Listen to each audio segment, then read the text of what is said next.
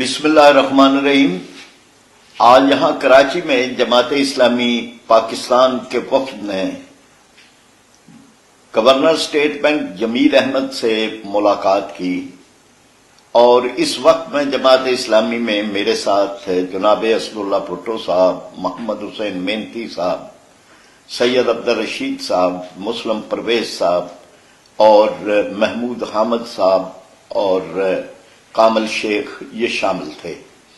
اس ملاقات میں ہمارے پیش نظر یہ بات تھی کہ جو فیصلہ ہوا 28 اپریل 2022 کو، جو 26 رمضان المبارک 1443 ہجری بنتا تھا، وفاقی شرعی عدالت کا تاریخی فیصلہ،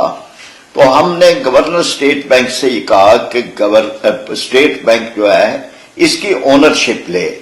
وہ اس سارے معاملے میں پرو ایکٹیو خود عمل کرے، اور اس میں اس کی ذمہ داری ہے۔ یہ ذمہ داری حضرت قائد اعظم نے لگائی، اور اس ذمہ داری کو جب وہ بنیاد رکھ رہے تھے اسٹیٹ بینک کی، تو انہوں نے کہا کہ اسٹیٹ بینک کے ذمے میں یہ ٹاسک لگا رہا ہوں کہ مغرب کے معاشی نظام سے نجات اور اسلامی معیشت کے نظام کا قیام اور سود کے بغیر بینکاری کا قیام، یہ اس کا ٹاسک ہے، اور اس کی میں خود نگرانی کروں گا۔ 75 سال ہو گئے اس پہ۔ پھر اسی طرح سے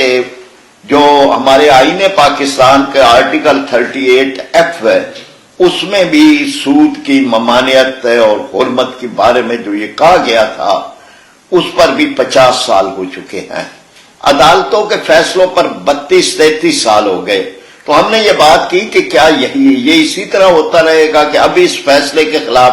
عدالتوں میں ہم پھرتے رہیں گے؟ اس لیے آپ خود اس بات کا فیصلہ کریں کہ آپ نے سود کا خاتمہ کرنا ہے۔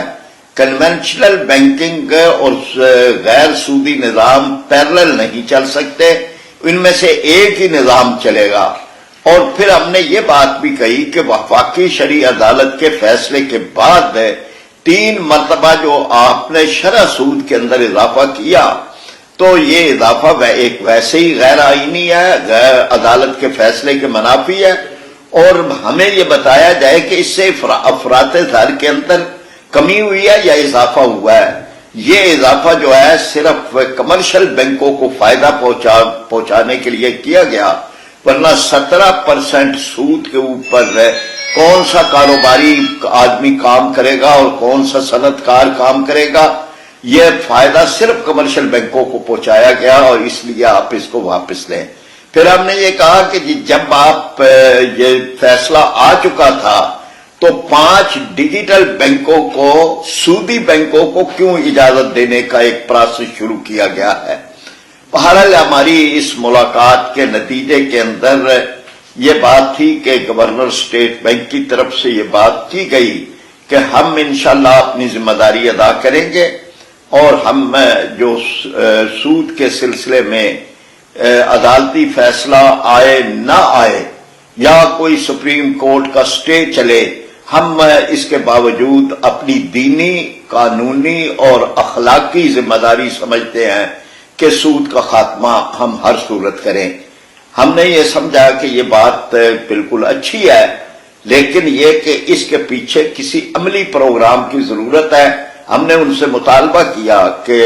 اسٹیٹ بینک جو ہے وہ ایک روڈ میپ دے جو 2026 تک سود کا مکمل خاتمہ اور سودی بینکنگ کا مکمل خاتمہ کرے، اور ہر سال کا ایک ٹائم فریم دے کہ اس سال ہم اتنے % اس میں آگے بڑھیں گے۔ یہ ایک پیش رفت ہے جو اسی فیصلے پہ ہماری طرف سے ان کو مولانا سید ابو العلا مودودی رحمۃ اللہ علیہ کی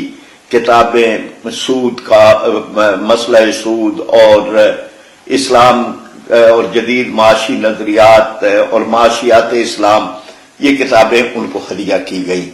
بحیثیت مجموعی اس سارے معاملے کا یہ فائدہ ہے کہ جو کچھ ہم نے اب تک پیش رفت کی تھی عدالتی سطح پہ،